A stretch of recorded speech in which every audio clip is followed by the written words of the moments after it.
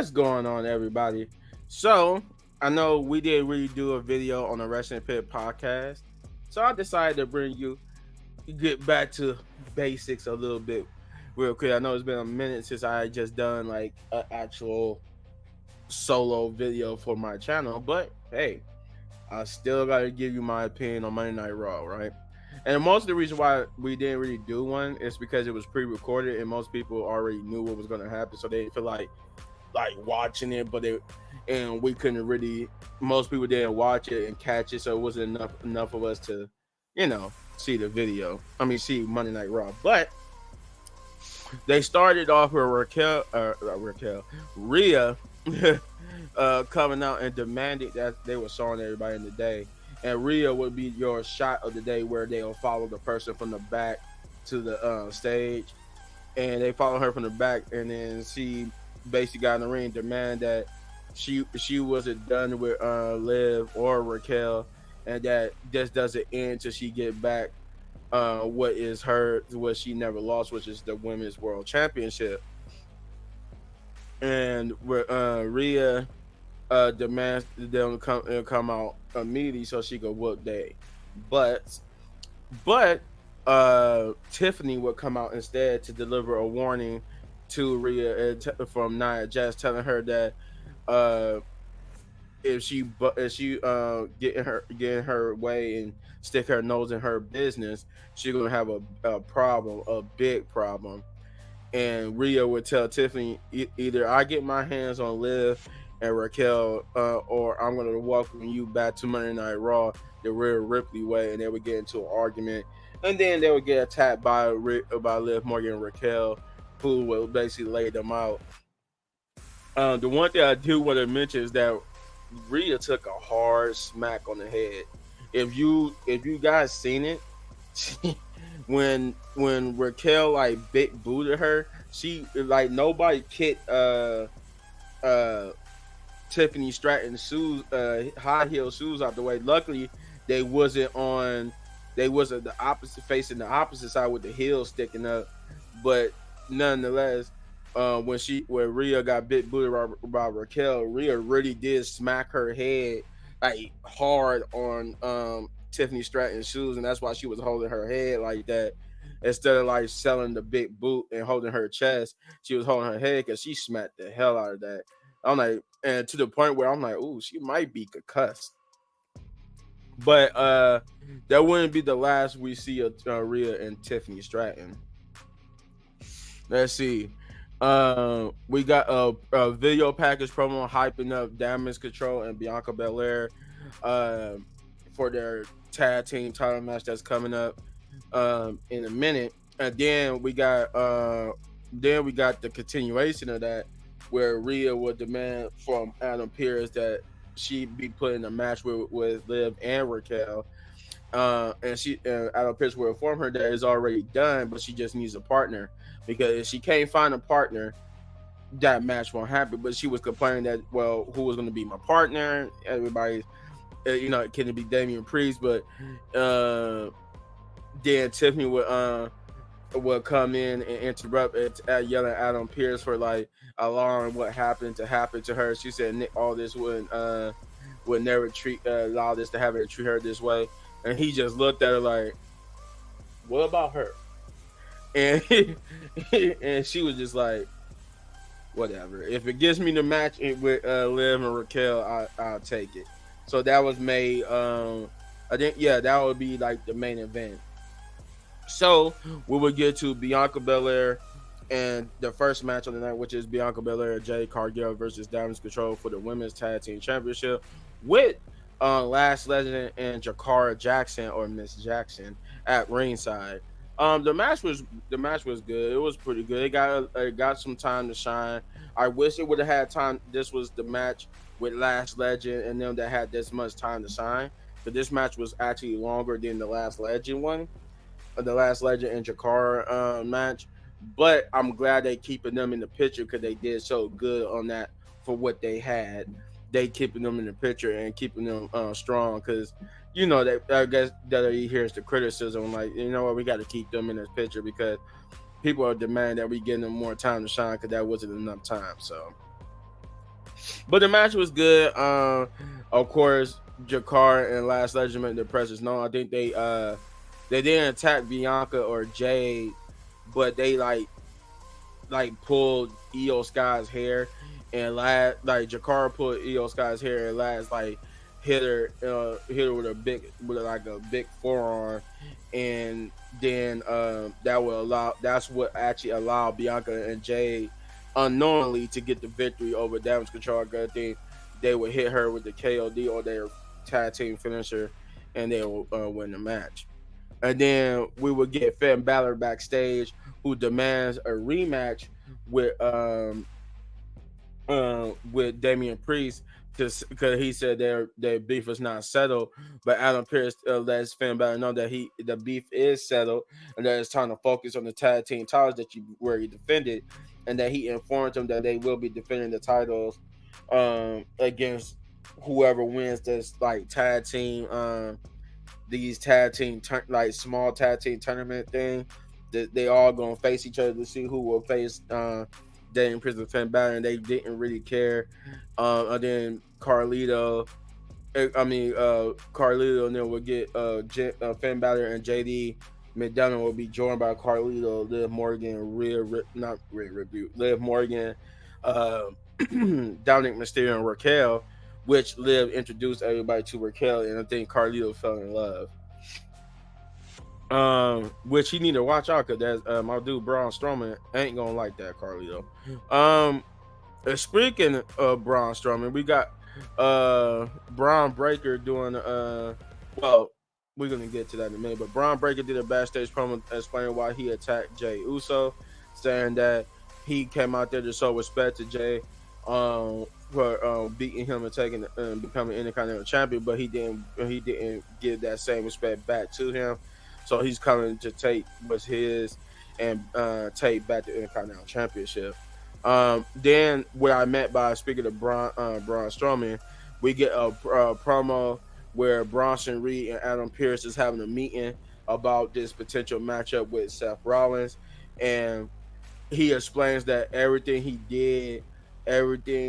he did, everybody he attacked was to prove to Adam Pearce that he deserved to be in the main event in the spotlight, and that as long as he make the match official with Seth Rollins, that's something that he actually wants that would give him that spotlight. He said you will get no more destruction and chaos out of him.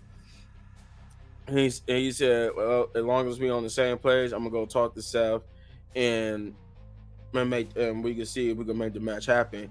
And Bronson Reed said, don't keep me waiting too long. And because I guess as a warning, if you make him wait too long, he's gonna start destruction again. We get the second match of the night, which is Alpha Academy of Otis and Tozawa versus the returning Viking Raiders, who are now going by the name of the War Raiders, which is their original name that they debuted in NXT with. And Christian informed me that was also their name when they was in TNA and other promotions too. So they basically returned back to their original name they had in different promotions and in TNA.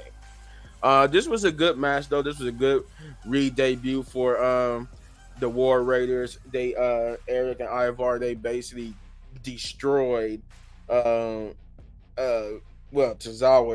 but Otis put up a good fight.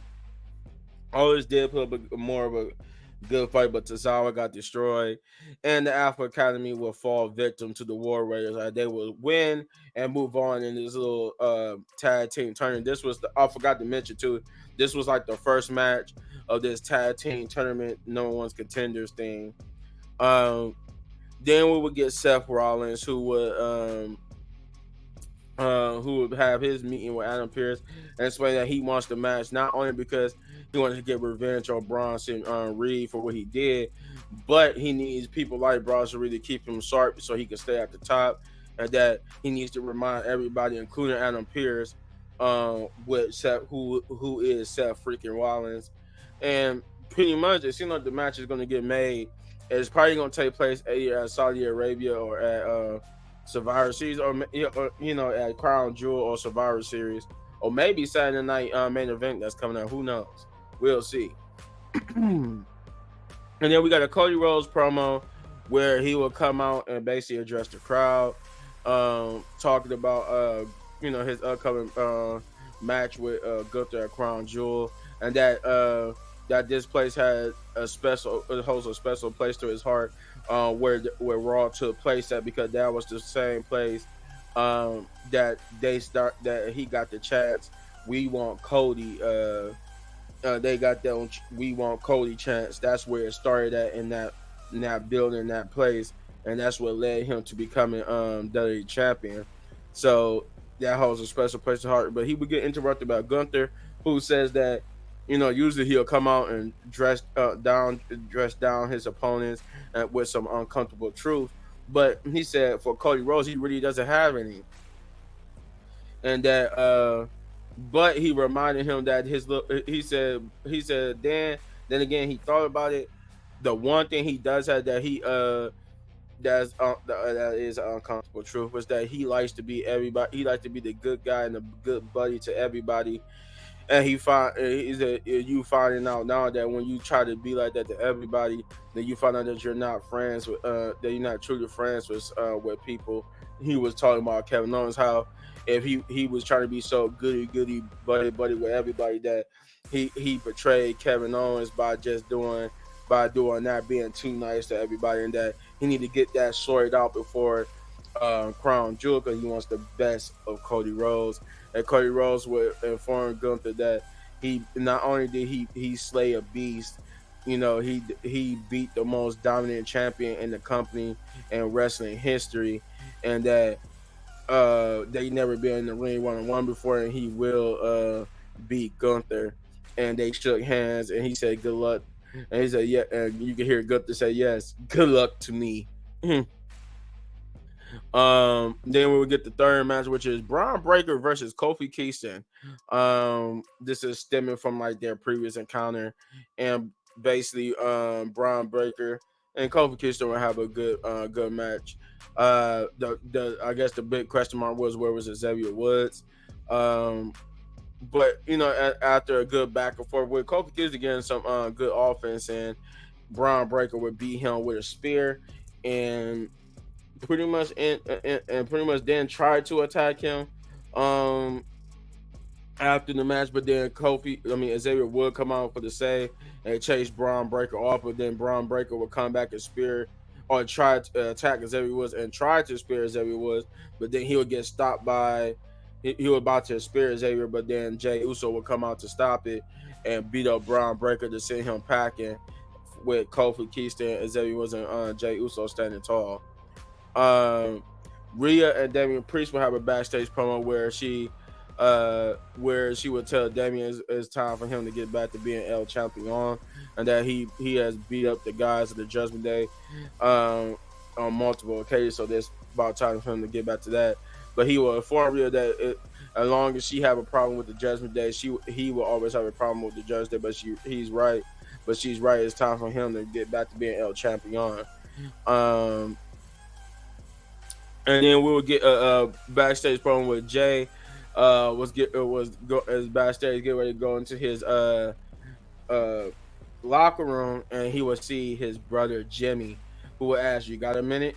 And Jay would just snarl, look pissed, and then walk away. Which Jimmy like, yeah, pretty. He had that face like, yeah, I figured that was gonna happen. Then we get the fourth match, which is R-Truth versus The Miz. R-Truth did his usual shenanigans and stuff, and was playing to the crowd and still trying to act like The Miz is his friend. But The Miz is like, I'm not your friend. I attacked you. I don't. Why are you still trying to be friends with me if I attacked you? But he would hold out his hand. They would shake hands, and he was like, you know what? Fine. Okay, if you could just have a match and then see who's the better person. So good, funny, spirited competition. But the final testament will come out to distract both men, which allow R-Truth to get the roll up pin on The Miz for a 1, 2, 3. So basically, this match was all about 4 or 5 minutes, and he would like be happy and do his little skippity boo, and then he was hug The Miz and hug the referee, and he would even go out and dap up and hug Karrion Kross and Scarlett, and he tried to leave, and he would tell, he was like, yeah, and then he told Authors of Pain to get him, and they would attack R-Truth and throw him back in the ring to be on Skull Crush finale by the Miz. Um, there was even like a little thing backstage where they was walking through the curtain, and they was walking behind the Miz, and Karrion Kross would look at the camera and say, "Now that was awesome." Then we would get Jimmy Uso looking through in the hallways backstage, looking for Jay's locker room, and he trying to find Jay again. And then because Jay had ran off, I guess he was in a different locker room, and then he'll actually finally open the right one. He'll get ready to open the right one, but Jay will come out, and he was like, "Look, man, just give me a minute to ask you." So he said, I said no." He said, get out of my face," and then he'll walk away. Well, and it's signifying that this is the start of this whole recruiting Jimmy for this Survivor Series War Games match. Then we get to the main event, which is Rhea Ripley and Tiffany Stratton versus Liv Morgan and Raquel Rodriguez. And this was a fine, good match. It was okay. Nothing too extravagant, nothing too fancy, but just Rhea and Raquel being dominant. Tiffany was kind of dominant too, but she was getting dominated most of the time by Raquel. Liv would get some offense in, or get some significant offense in on Rhea Ripley, as well as Raquel did. Tiffany would get some fine, get some offense in, and the match would go back and forth to where at the end Rhea would tag in Tiffany and tell her to finish it, while she like dive on the outside onto Raquel and beat her up Raquel. Tiffany would try to go for the previous moonsault, but miss on Liv. And then Rhea would get attacked by Nia Jax, which caused a disqualification, meaning that the winners of the match is Rhea and Tiffany by disqualification.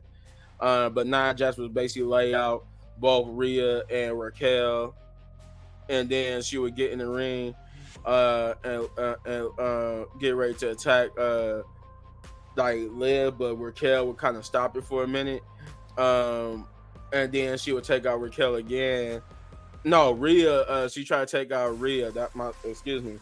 But Rhea would she would take out Rhea while Liv would get up and attack Rhea, but then Liv would get attacked by Nia and then get laid out. And then she tried to, after she hit the Annihilator on Liv, she looked at Tiffany like, now is the opportunity. And she was like, oh. And she tried to cash in, but then Dominic Mysterio would pull Liv out the ring. And that show would end with Raquel, Dom, and Liv looking on at Nia and Tiffany, who would tell them that he can't be everywhere and that they are eventually going to get Liv and get and Tiffany's going to cash in on Liv. The show was decent. I like it. No, it did with its job. Everything had its place. I'm glad Alpha Academy and to see Alpha Academy back on TV with the returning War Raiders. Probably the War Raiders gonna get some new life into the tag division. Hopefully, everything was cool. I didn't have a problem with nothing. I would say I would give Monday Night Raw. I'd give it a 7 out of 10. It was a 7 out of 10. Solid show. Yep, 7 out of 10. Big ups. But you let me know in the comments down below what you thought, and if you enjoyed my review of this, you hit this button right here for all of my WWE reviews. And if you enjoyed the video so much you want to support the channel, all you gotta do is hit that like, subscribe, share, hit that notification button, do all those great things, because we're trying to get to 10,000 subscribers. I need you guys' help to do so. And as always, hit on these videos for more of my amazing content, and shout outs to the new subscribers to the channel. Love, bless, thank you for subscribing, and welcome to the tribe. Peace.